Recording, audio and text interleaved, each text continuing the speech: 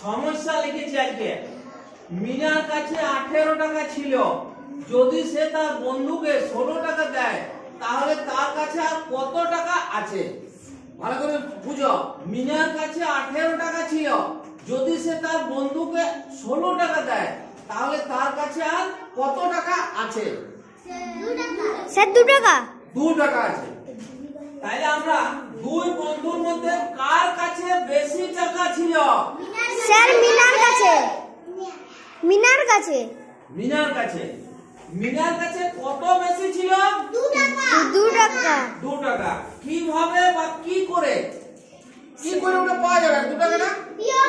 বিয়োগ করে। তাহলে আজকের বিষয় হচ্ছে আমাদের বিয়োগ নির্ণয়। হ্যাঁ, বিয়োগ নির্ণয়। ভিডিওটা একটু ফোকাস করো। তাহলে প্রথমে আমি অঙ্কটি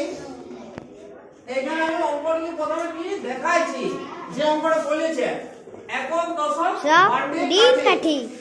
এবার আমি 18 মিনার কাছে টাকা ছিল আর 16 বন্ধুকে দিয়েছে, তাহলে 1 10 8 18, তার মানে এখানে একটা 10 ঢুকে আছে। হ্যাঁ স্যার। 10টা কাঠিকে আমি একটা বান্ডিল দেখাইছি। হ্যাঁ স্যার, কাটি দিয়েছি। 8টা কাঠি, এদিকে 8টা কাঠি।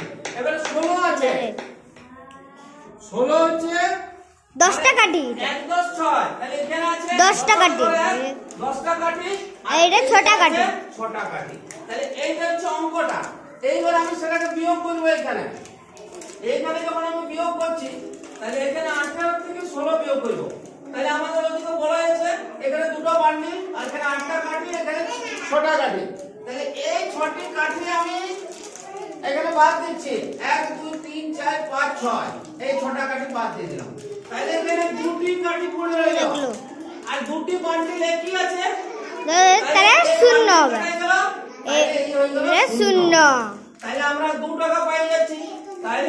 তাহলে তার কাছে আর কত টাকা থাকবে? আমরা উত্তর লিখব। তাহলে আর তার কাছে 2 টাকা থাকবে। হ্যাঁ।